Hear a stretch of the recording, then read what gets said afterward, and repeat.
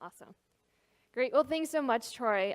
Really appreciate the introduction. As he mentioned, my name is Melanie Ensign. I currently head up the communications at Uber for our security and privacy teams. So to be clear, this is a non-technical role, but I have been working in security for over a decade, and I work very closely with our engineering teams. In this role, I do spend a good portion of my time doing what you might expect a communications professional to do, which is explaining our security and privacy efforts to the outside world. But I spend even more of my time helping our internal engineering organizations talk to each other, helping our security teams work with our infrastructure teams or our site reliability teams in creating shared OKRs so that security really does become a priority baked into the DNA of the company. So why am I here today? So raise your hand if you've ever been in love before in your entire life. More times than I will admit, but the first time was when I was 9 years old. And I fell in love with sharks. And I fell so deeply in love with sharks. I was obsessed for most of my life. I went to college to be a marine biologist the first time. And it was something that I was so passionate about. I grew up, I guess I'm like dating myself, I grew up kind of post-Jaws, but I remember being in this culture, in this environment where everybody was really scared of these animals, and I didn't understand. They were so fascinating, they were so excited. And I realized that people they didn't understand. And there was this level of fear that was based on ignorance and misinformation. And so when I went to school, my goal was to learn as much as I possibly could about these creatures so that I could explain it to the rest of the world, because I understood the value that these animals had for the ecosystem and for our oceans. And I was just convinced that if people could only understand how these animals were contributing to our planet, then they would be better protected. Well, so halfway through school, I changed my mind. Turns out that there's only like 3 jobs at Shark Week, and my chances of getting one of those were not very good. I ended up graduating with a degree in communications, heavily based in research and human communication theory.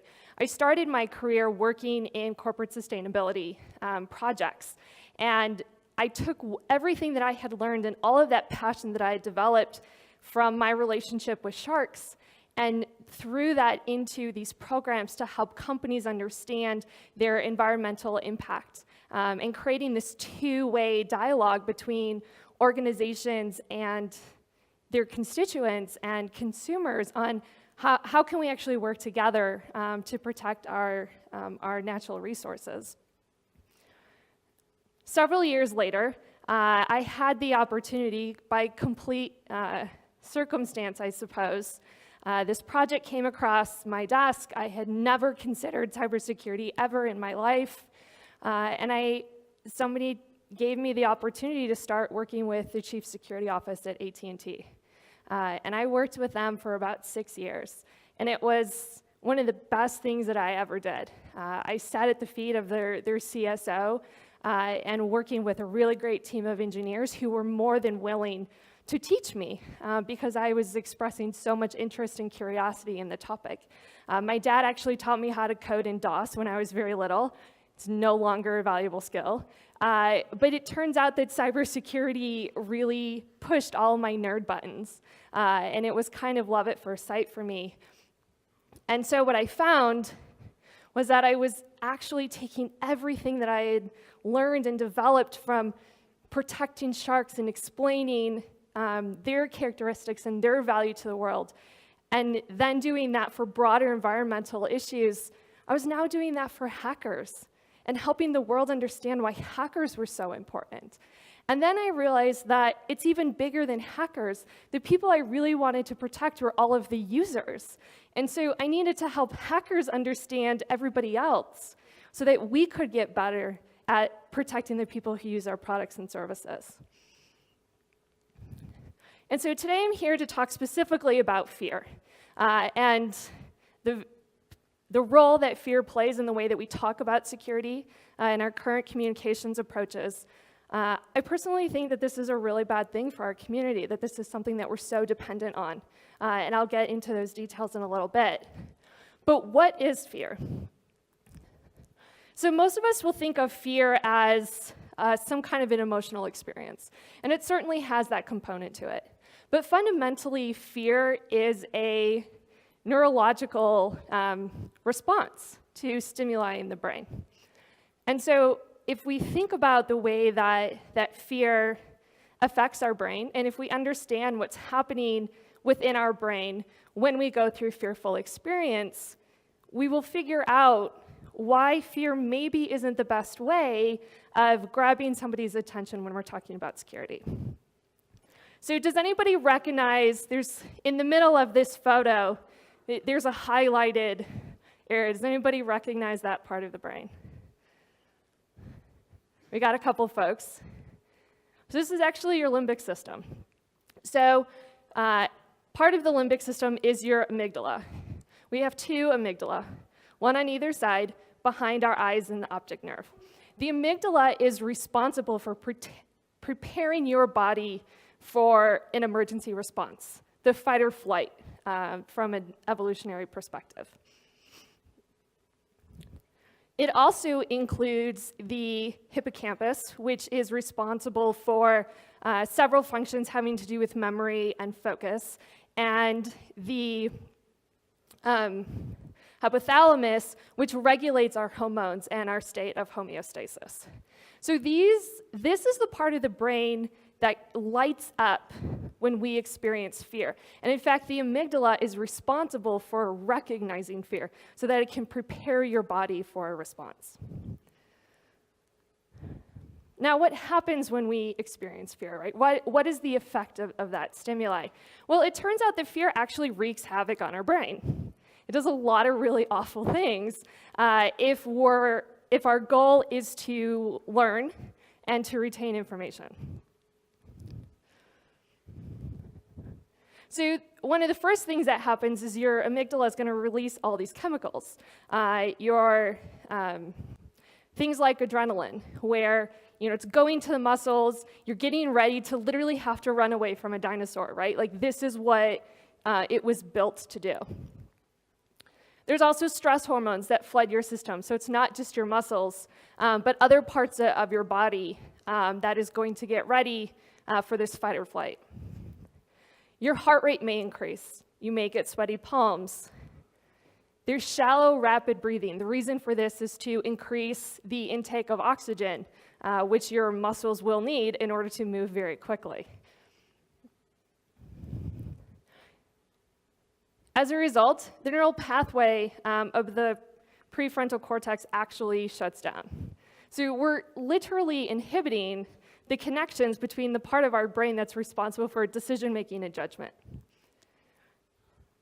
The ability to make complex decisions will disappear.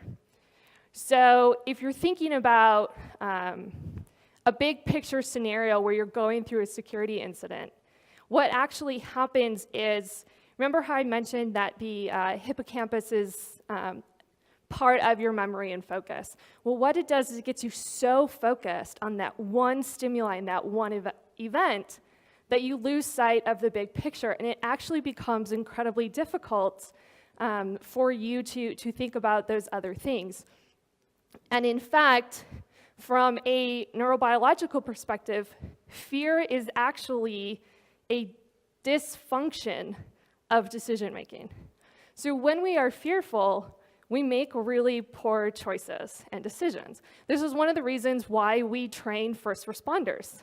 It's why we train our incident response teams within companies. It's why we do red and blue teaming. It's not just to test the technical defenses of our organization, but to expose our defense teams to these stimuli and to teach them how to make these decisions and to take control of their limbic system so that their decision-making process doesn't get hijacked in the heat of an incident. And memory is also compromised when we go through fearful response. So if you think about traumatic events and experiences that you've gone through in your life, you may not remember every minute detail of that experience. What you remember is what it felt like. You remember the fear, but you don't remember everything that happened. And for any of you who are involved in any type of employee awareness or user education, how many times are we consistently teaching the same things over and over and over again to the exact same people? We're putting them through these traumatic experiences time and time again in essentially shutting down their ability to remember these things. And then when it happens again, we're surprised that they haven't retained the information. And so ultimately what happens is that over time, fear becomes habituated, which essentially means that we've grabbed everybody's attention and they're panicked. And the more that they are exposed to this and the frequency with which they're exposed to these things eventually leads to complete apathy. Who's ever heard of warning fatigue? Right? These are real things. Even if you're not familiar with the neurological science behind why this happens, you've at least seen this in your organizations, that people eventually will tune out. And so that's an incredibly difficult challenge for those of us who say that our top priority is security. If our top priority is security and protecting people, why on earth are we doing everything to ensure the opposite, right? And so I know you're going to say, but Melanie, fear works. It gets me into all the news articles. I get it. Yes, it grabs people's attention for a short amount of time. Who remembers this PSA? I grew up in the 80s. This doesn't work, right? I am part of a generation that still has just as many drug addiction issues as everybody else. This is a PSA from the Partnership for a Drug-Free America. For those of you who are younger than me, that sounds awesome. But this was essentially, they would have an egg and they would say, this is your brain. And then they would crack it in the frying pan and say, this is your brain on drugs. And we saw this PSA over and over and over again to the point where it's essentially now a meme. It's a joke, right? This fear tactic, it didn't work on drugs. It doesn't work in security. And the strange thing about all of this to me is that we seem to be really good as a community about being able to call out when other people are using fear to hurt others. So these two examples, how many of you remember that Guardian story from earlier this year with that supposed WhatsApp backdoor issue? And then all the crypto nerds in the entire world wrote a really long letter to the editor of The Guardian, which I could have told you wasn't going to work.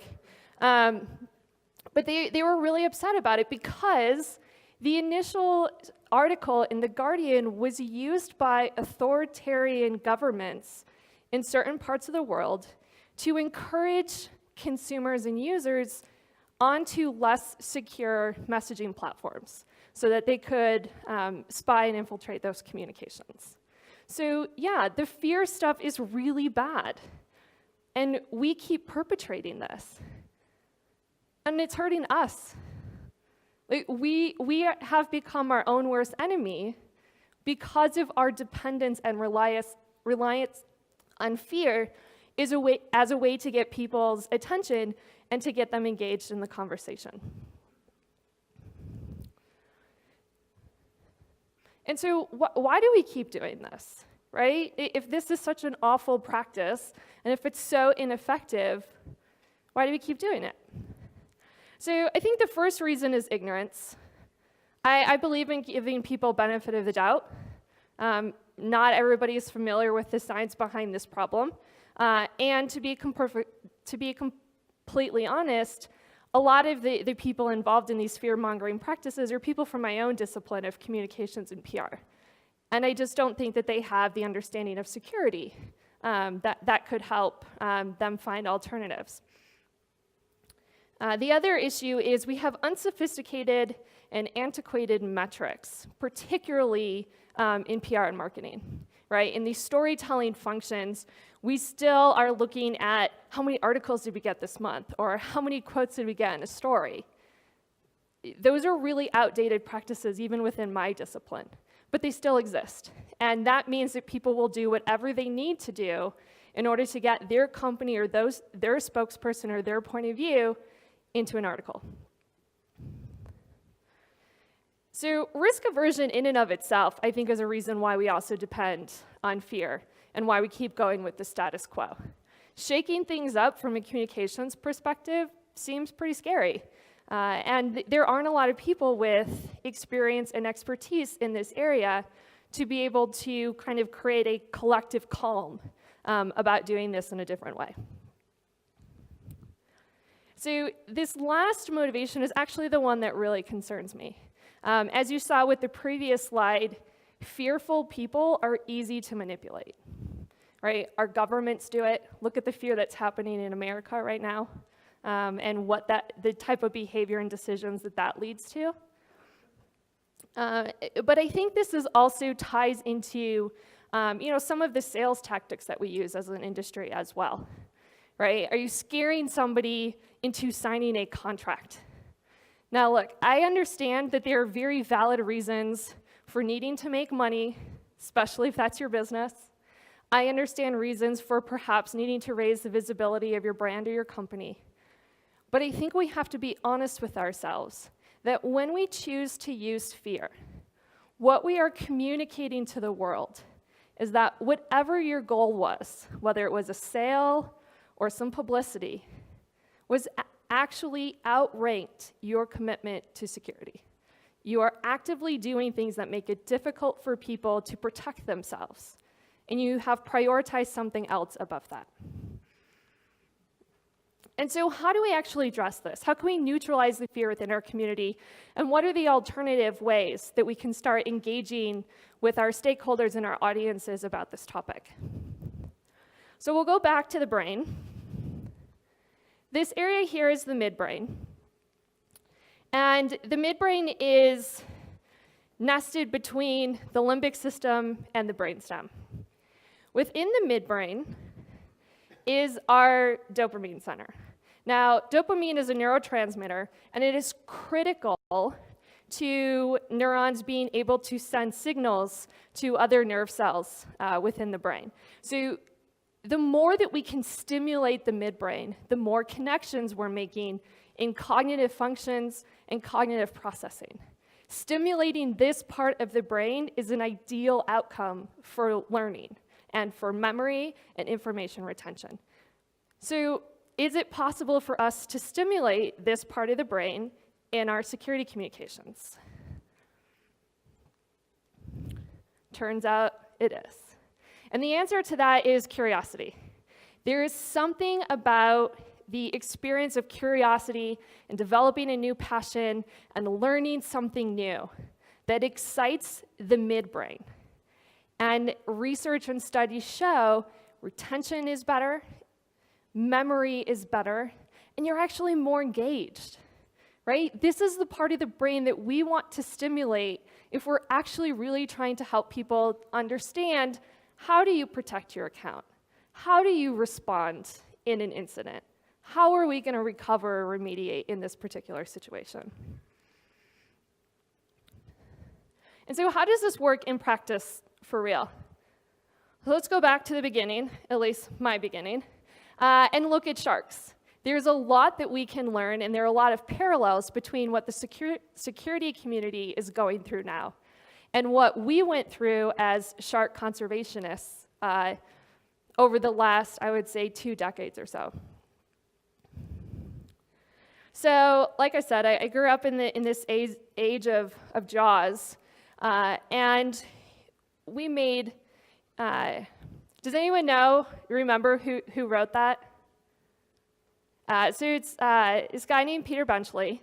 After he saw the effects of Jaws and the public response that people had to these animals because of the book and then the movie, he was actually really distraught and committed the rest of his life to being on these research vessels with marine biologists and other scientists, and wrote books about what sharks were really like and what we were actually learning about them. I don't think it made up for everything, but it was interesting to see how his view changed the more he learned about these animals and the more information and the more knowledge that he attained. And so we were able as a community to make a lot of progress the further away we got from the Jaws movie. As more generations came into the world who didn't actually have this backdrop, we were able to do a lot more positive work with governments and other conservation groups to protect laws to protect these animals. Well, in 2001, Time magazine had the brilliant idea to name it Summer of the Shark, which meant that every shark encounter became primetime news. And the shark community, actually, we took massive steps backwards because now everybody was scared again. And this had very real and visceral impact on our ability to pass good regulation and good laws to protect the sharks in the ocean ecosystem. And so our fight to protect sharks literally became a battle against fear, because the public will not support something that they are scared of. And one of the ways that we did this was to give people a real-world encounter with these animals, to expose them to what these creatures are really like, and to help them kind of face that fear, and to understand and have a different type of emotional response, and to have a different type of memory and experience with them. And as a result, shark tourism is a booming business today. It's huge.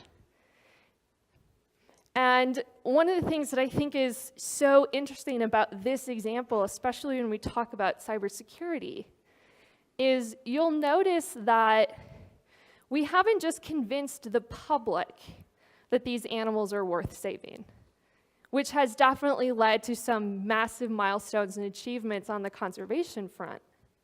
But we've convinced governments that this is really good business, and they now want to protect these animals because it brings in revenue. Does that sound familiar to anything that we're talking about in security right now?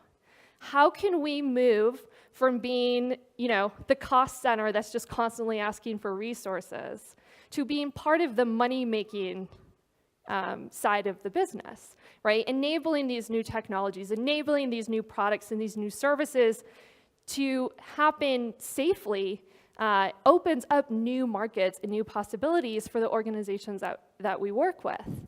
And so, again, you can see there's a lot of similarities here, not just with the fear, but how we remediated that fear, right? Being part of the solution, being a value-driven part of the community. And so what does this mean for all of us here? How do we actually bring this home? What should we take away from this that we can apply to our own teams? So first, please, if you're not already friends with your PR teams, please get to know them. I know exactly what the challenges are. It's worth it to get past them, I promise. Your marketing and advertising teams, again, they have very short-term OKRs in terms of, I need so much traffic to this website or this blog post that we've put up. I need, so many impressions on this commercial that we're creating. But think about, again, the long-term effects of constantly exposing our audience to fear over and over and over again is, number one, they're not going to remember anything, really. And number two, they're just going to become completely apathetic to the whole message over time, right? Your sales teams, one of the things that's always really interesting to me about sales teams is that oftentimes they're intentionally not technical. Why don't you bring an engineer with you? I would rather buy something from an engineer than a salesperson. And if you're trying to scare me into a contract, it's pretty much guaranteed I'm not going to talk to you, ever again. Your legal team. The legal team is so key to bringing into the security conversation because they're often the most risk-averse of everybody, right? They're the ones that have heartburn every time I'm like, we're going to go give a talk about security, right? And so getting them to be part of the process is really important because, again, these are often the public-facing parts of your company. Think about with legal teams, like how many vendors have we seen try to silence a security researcher, right? It wasn't the securities team idea to do that, but we've got these cross-functional partners that don't have the context or the experience to really understand the value of doing all of these things. So the first thing we have to do is remove the fear within our own internal cross-functional teams, and then we can share that with the rest of the world. And I have an idea of how we can do this. How many of you either have or have participated in a bug bounty program? So a couple of people. For those of you who aren't familiar, bug bounty programs are essentially disclosure programs where we're essentially inviting hackers from all over the world to pen test and break into our stuff. If they find a vulnerability, they can report it to us, we'll validate, we'll triage, and then we'll pay a bounty. It's been immensely valuable for many companies in supplementing their own internal security audits. But bug bounty is particularly effective in getting all of those other functions that I mentioned on board with this conversation of security being a positive, proactive, curiosity and exploration-based conversation. So a couple things that you can do to get these teams involved in your bug bounty program. Give them access to the bug reports. Let them read all of the technical documentation. They're not going to understand all of it all at once, but over time they will. And when they find something they don't understand, guess what happens? They generate a question, which stimulates the midbrain, right? They're now eager to learn, and they're going to come to you with questions. So please encourage that, and please respond to them and help them learn when they do come to you with these questions. Invite them to the payout meetings. I sit in the payout meetings with my bug bounty team every week. I need to understand what's the value of this bug for our company, how does it compare to the value of other bugs that have been reported to us, and more importantly, what's the time and the effort from this outside researcher? How does all of that get monetized, right? One of the most valuable things that I ever experienced through a bug bounty program was being part of the triage sessions, shadowing my engineers to watch how they validated the bug, to watch them discover where there's perhaps a hole missing in the report and we need to go back and ask for more information and understand why it was that we needed a little bit more from this researcher, right? Actually, going through that process, I learned so much. I mean, I've been doing this for about a decade. I don't have a CS degree. I learned everything sitting with my engineers over the last 10 years. Right? These are really, really important things for these non-technical cross-functional partners that we work with to be part of the process and to understand why this is not a scary thing. A couple of the things that they will learn through this process is, one, being able to effectively evaluate risk severity. How does the severity of one bug compare to the other? Should I really be freaking out about this one vulnerability? And do I need to help my bosses understand why they shouldn't be freaking out about this vulnerability? Or is this a really big thing that perhaps needs more collaboration with the other engineering teams in our company? And how can I help facilitate that? I mentioned at the beginning, I spend a lot of time helping engineers talk to each other.